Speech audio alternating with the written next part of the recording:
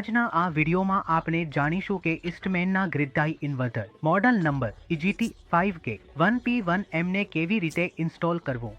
આ grid tie inverter 5 kilowatt single phase single MPPTનું છે। આની સ્પેસિફિકેશન કંઈક આ રીતે છે। મહત્તમ DC ઇનપુટ પાવર 6.5 કિલોવોટ, મહત્તમ DC input voltage 550 volt DC, MPPT voltage range 100 થી 500 વોલ્ટ DC, મહત્તમ DC input current 20 ampere DC, મહત્તમ short circuit input current 30 ampere, rated AC grid voltage line neutral protective earth two 30 volt, rated AC output power 5 kilowatt, મહત્તમ active power 5.5 kilowatt, મહત્તમ apparent output power 0.5 kVA, મહત્તમ AC output current 24 ampere AC, power factor -0.8 થી +0.8, operating તાપમાન શ્રેણી -25 degree Celsius થી +60 degree Celsius, English protection IP73, protection level class 1। આ મોડેલમાં તમને પોર્ટ્સ મળે છે DC on of switch, DC 1 positive negative, DC 2 positive negative અને ડેટા લોગર માટે wifi port, DRM port, grid port, RS485, limiter port. આ GTI સાથે તમને જે એસેસરીઝ મળે છે તે છે wall mounting bracket, stainless steel screws M4x12, AC power connector, DC positive DC negative plug connector મેટર ટર્મિનલ સહિત સ્ટેનલેસ સ્ટીલ એન્ટી કોજિન બોલ્ટ M6x60, યુઝર મેન્યુઅલ સાથે વોરંટી કાર્ડ અને wifi plug. Grid tie inverter હંમેશા એક authorised technician દ્વારા જ install કરાવવો જોઈએ અને જરૂરી છે એ પર્ટિક્યુલર મોડલનું યુઝર મેન્યુઅલ ધ્યાનથી વાંચો જેથી ઇન્સ્ટોલેશન યોગ્ય રીતે થઈ શકે। ઇન્વર્ટરના ફ્રન્ટ પેનલમાં 4 LED સ્ટેટસ ઇન્ડિકેટર જોવા મળે છે। DC, AC, સામાન્ય, LRV। ઇન્સ્ટોલેશન પહેલા લોકેશન સિલેક્શનનું ધ્યાન રાખવું ખૂબ જ જરૂરી છે, જેમાં આ સુનિશ્ચિત કરવું પડે છે કે ઇન્સ્ટોલેશનની જગ્યાની આસપાસ કોઈ પણ જ્વલનશીલ સામગ્રી ન હોય। ઇન્સ્ટોલેશનની જગ્યા ભેજમુક્ત અને એટલી ખુલ્લી હોવી જોઈએ કે જેથી યોગ્ય વેન્ટિલેશન મળી શકે। જ્યાં ઇન્સ્ટોલેશન થાય તે જગ્યાએ સીધી સૂર્યપ્રકાશ ન પડવી જોઈએ, કારણ કે આથી ઇન્વર્ટરનું ઓપરેશનલ તાપમાન વધવાથી આઉટપુટ પ્રદર્શન પર નકારાત્મક અસર પડે છે। આથી સનશેડ લગાવવું ભલામણ કરવામાં આવે છે। આ પર જોવું જોઈએ કે જે દિવાલ પર ઇન્સ્ટોલ કરવાની યોજના છે તે મજબૂત હોવી જોઈએ। ઇન્સ્ટોલ ત્યાં કરો જ્યાં ઇન્ક્લાઇન ±15 ડિગ્રી હોય। જ્યાં ઇન્વર્ટર ઇન્સ્ટોલ કરવાનું છે તેના ઉપર, નીચે અને બાજુમાં ઓછામાં ઓછા 500 mm નું અંતર હોવું જોઈએ। સાથે જ આગળનું અંતર ઓછામાં ઓછું 1000 mm નું હોવું જોઈએ। ઇન્વર્ટરને એટલી ઊંચાઈ પર લગાવો જ્યાં બાળકો ન પહોંચી શકે। સૌથી પહેલા માર્કિંગ કર્યા પછી માઉન્ટિંગ બ્રેકેટને કોપર M6x60 વોલ્ટની મદદથી ઇન્સ્ટોલ કરો। પછી ઇન્વર્ટરને ઇન્સ્ટોલ કરો।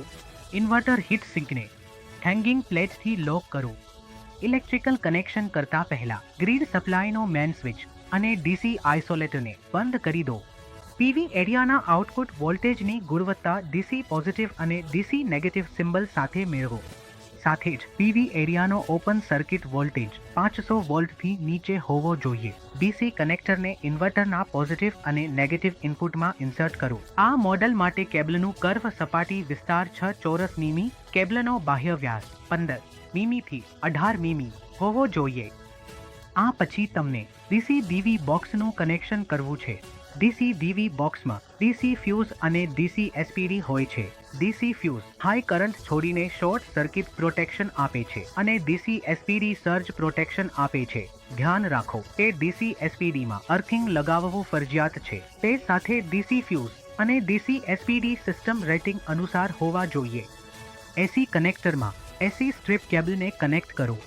ન્યુટ્રલ, લાઇન અને અર્થિંગનો ઉલ્લેખ કરવામાં આવ્યો છે। તે પછી AC કનેક્ટરને ઇન્વર્ટર સાથે કનેક્ટ કરો। આ પછી તમને AC DV બોક્સનું કનેક્શન કરવું છે। FE DVની અંદર FE MCV અને FE SPD હોય છે। AC MCV હાઈ કરંટ અને શોર્ટ સર્કિટથી પ્રોટેક્શન આપે છે અને AC SPD સર્જ પ્રોટેક્શન આપે છે। ધ્યાન રાખો કે AC SPD માં અર્થિંગ લગાવવું ફરજિયાત છે। તે સાથે MCV અને SPD સિસ્ટમ રેટિંગ અનુસાર હોવા જોઈએ. આગલા પગલામાં તમને શેલ ગ્રાઉન્ડ વાયર ઇન્સ્ટોલ કરવો છે. ઇન્વર્ટરના AC કનેક્શનની પ્રોટેક્શન માટે સર્કિટ બ્રેકર લગાવવું જરૂરી છે, જેથી ઓવર કરંટ પ્રોટેક્શન મળી શકે. આ ઇન્વર્ટરમાં વાઈફાઈ દ્વારા રિમોટ મોનિટરિંગ ફીચર પણ આપવામાં આવ્યું છે. તે માટે અલગથી આપવામાં આવેલા ડેટા લોગરને ઇન્વર્ટરના ઉલ્લેખિત સ્થાન પર ઇન્સ્ટોલ કરો. તેની કન્ફિગરેશન તમે બધા ઇલેક્ટ્રિકલ કનેક્શન થઈ જાય અને DC પાવર ઓન થાય પછી કરી શકો છો. ઇન્વર્ટરને સ્ટાર્ટ કરવા પહેલા આ જરૂરી છે કે સિસ્ટમની કન્ફિગરેશનને ઓપ્ટિમાઇઝ કરવામાં આવે. તેથી આ ભલામણ કરવામાં આવે છે કે 2 ઇનપુટને સમાન નંબરના ફોટોવોલ્ટિક મોડ્યુલ સાથે કનેક્ટ કરવામાં આવે. દરેક ફોટોવોલ્ટિક મોડ્યુલનો મહત્તમ open circuit voltage 800 volt DC થી વધુ ન હોવો જોઈએ. ઇન્વર્ટરમાં દરેક ઇનપુટ પર એક જ પ્રકારનો ફોટોવોલ્ટિક મોડ્યુલ શ્રેણીમાં ઉપયોગ થવો જોઈએ.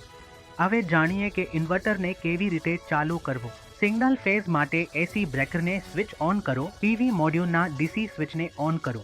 જો પેનલ પૂરતી સ્ટાર્ટિંગ વોલ્ટેજ અને પાવર પ્રદાન કરશે તો તે સ્થિતિમાં ઇન્વર્ટર શરૂ થઈ જશે. ઇન્વર્ટર સૌથી પહેલા આંતરિક અને ગ્રીડ પેરામીટર્સને ચેક કરશે. તે સમયે ડિસ્પ્લે પર સ્ટેટસ સેલ્ફ ચેકિંગ બતાવશે. ઇન્વર્ટર ઉર્જા ઉત્પન્ન કરવાનું શરૂ કરશે અને ઇન્વર્ટર પરનો સામાન્ય સ્થિતિ સૂચક પ્રકાશિત થશે. ઇન્વર્ટરને શટ ડાઉન કરવા માટે તમારે સૌથી પહેલા AC બ્રેકરને સ્વિચ ઓફ કરવો પડશે. જો DC સ્વિચ ઉપલબ્ધ હોય તો તેને બંધ કરો અથવા સરળતાથી DC ઇનપુટના કનેક્ટરને ડિસ્કનેક્ટ કરો. આ પછી ઇન્વર્ટર તમામ સૂચકોને 2 મિનિટની અંદર બંધ કરી દેશે. હા, ઇસ્ટમેન જાણ્યું.